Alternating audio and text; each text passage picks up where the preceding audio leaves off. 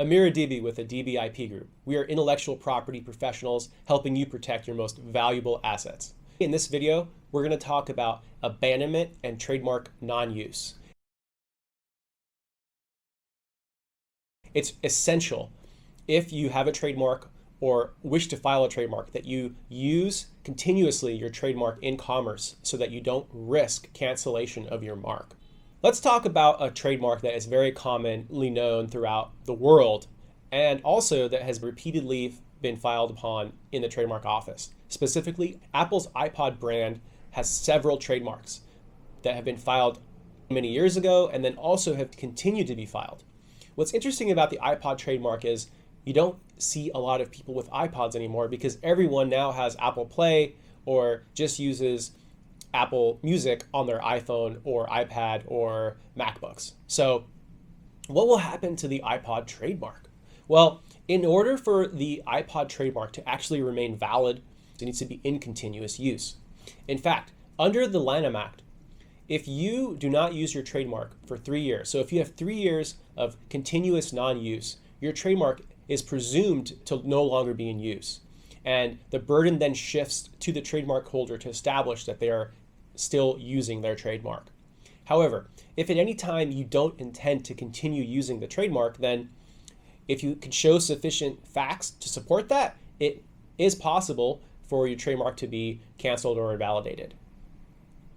Let's talk a little bit about the trademark timeline and why it's important to continually use your trademark. You maintain your trademark by filing renewals between the 5th year and 6th year, between the 9th and 10th year, and then between every subsequent 9th and 10th year. To renew the trademark, you have to submit proof that you're using your trademark in commerce for the goods and services that are listed in the trademark. What's cool about trademarks is that they last indefinitely as long as you continue to use them. But it raises really interesting questions for companies that have what I'll call legacy trademarks. In other words, marks that they've had for a very long time that are very commonly associated with them. But because of the direction that technology is going, maybe some of these products are no longer being sold, maybe are discontinued, and probably not even supported. But the underlying mark itself is still so strongly associated with the brand and is the source of so much market revenue and value that these companies may want to try to keep that trademark alive, or they may want to use that trademark and shift it to a slightly different application just to be able to maintain the brand leverage.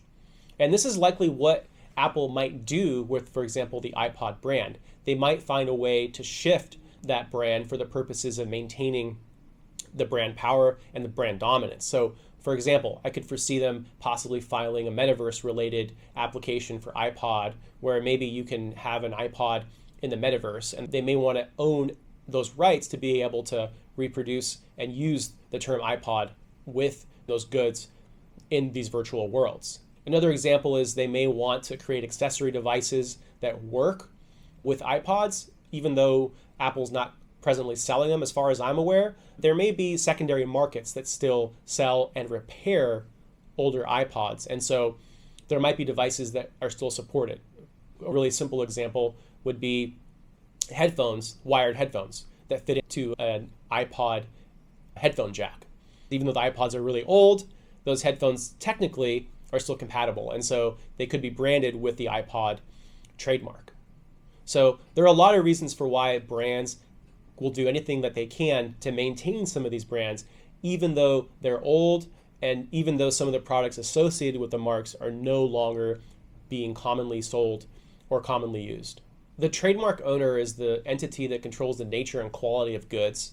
And so one thing to be aware of is that in the resale markets, the resale themselves are probably not going to be sufficient to maintain the trademark. The entity itself is going to somehow have to put out a product, for example, a good or a service that uses the trademark. Third-party reselling is not going to be a sufficient specimen because Apple or any entity doesn't have control necessarily over those third-party resales.